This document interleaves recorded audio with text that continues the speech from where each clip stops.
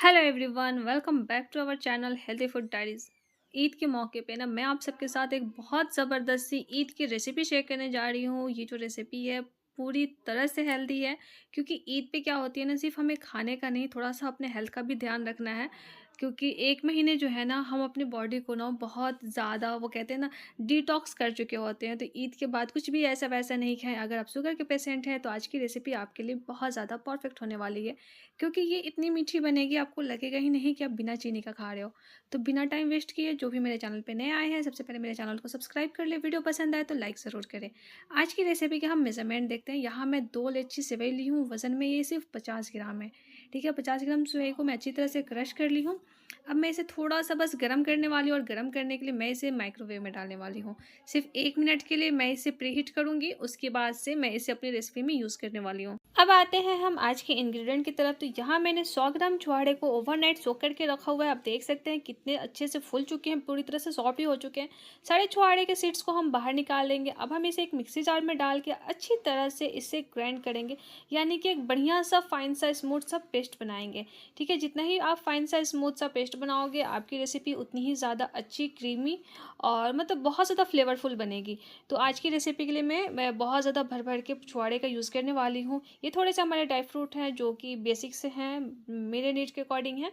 और सबसे पहले हम क्या करेंगे ना, रेसिपी को शुरू करने के से पहले चूल्हे पे कढ़ाई चढ़ाएंगे। कढ़ाई चढ़ाने के बाद आधा कप से थोड़ा सा कम हम घी डालेंगे। घी डालने के बाद जो भी ड्राई फ्रूट है, सबसे पहले मैंने क्या किया ना, जो गड़ी होता है, यानी कि नारियल को मैंने लंबे लंबे स्ट्रिप में कट कर लिया। आपको जैसे कट करने का दिल हो वैसे कट कर लो। फिर बाकी के मैंने इसके अंदर ड्राई फ्रूट डाला है, जिसमें पिस्ता है, अखरोट है और काजू है। इन सारी चीज़ों को डालने के बाद हम 1 मिनट तक बस उसे घी में फ्राई करेंगे। फिर मैं इसमें 1 कप भर के मखाना डाल दी हूँ।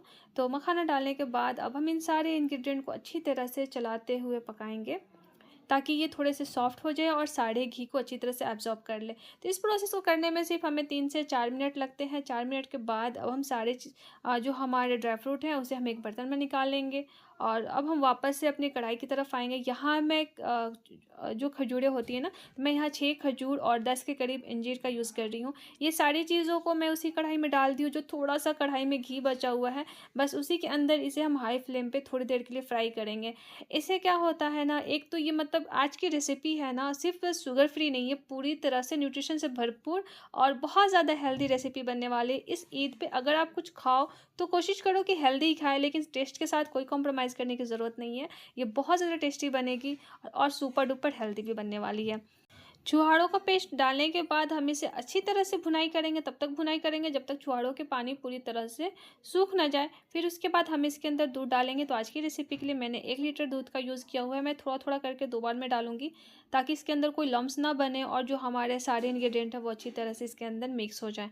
तो दूध को हमने सारा डाल लिया है, और उसके बाद मैं इसके अंदर 2 हरी इलायची को कूट के उसे डाल चुकी हूँ।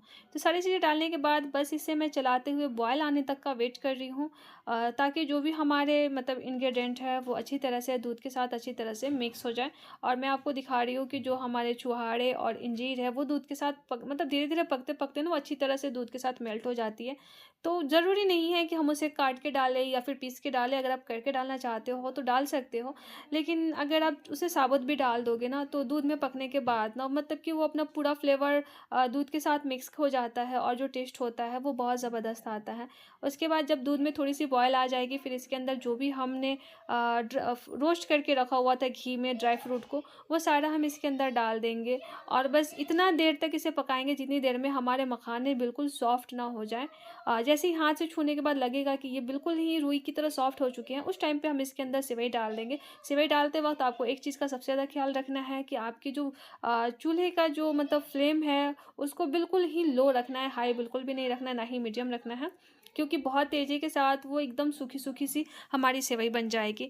तो बस मैंने इस टाइम पे क्या किया ना, सेवई डाल के थोड़ी देर के लिए मैंने बिल्कुल लो जीरो फ्लेम पे करके रखा। और यहाँ मैं थोड़ा सा ना केसर वाला दूध बना के रखी हुई थी, जिसे मैं ऊपर से डाली हूँ। पिस्ता जब किसी रेसिपी में यूज़ करो ना और उसके साथ केसर वाला दूध मिक्स कर दो ना, तो उसके साथ ना टेस्ट काफ़ी अच्छा इन्हेंस हो जाता है। और ये हमारा मतलब शुगर फ्री शीर खुरमा बन के रेडी हो चुका है। आइए जी हम इसे सर्व करके दिखाते हैं। ये बहुत ज़बरदस्त बनता है, बहुत ज़्यादा क्रीमी फ्लेवरफुल बन के रेडी होता है। आई होप कि रेसिपी आप सबको समझ आई होगी। बनाने में बहुत आसान है, खाने में बहुत ज़्यादा टेस्टी होता है।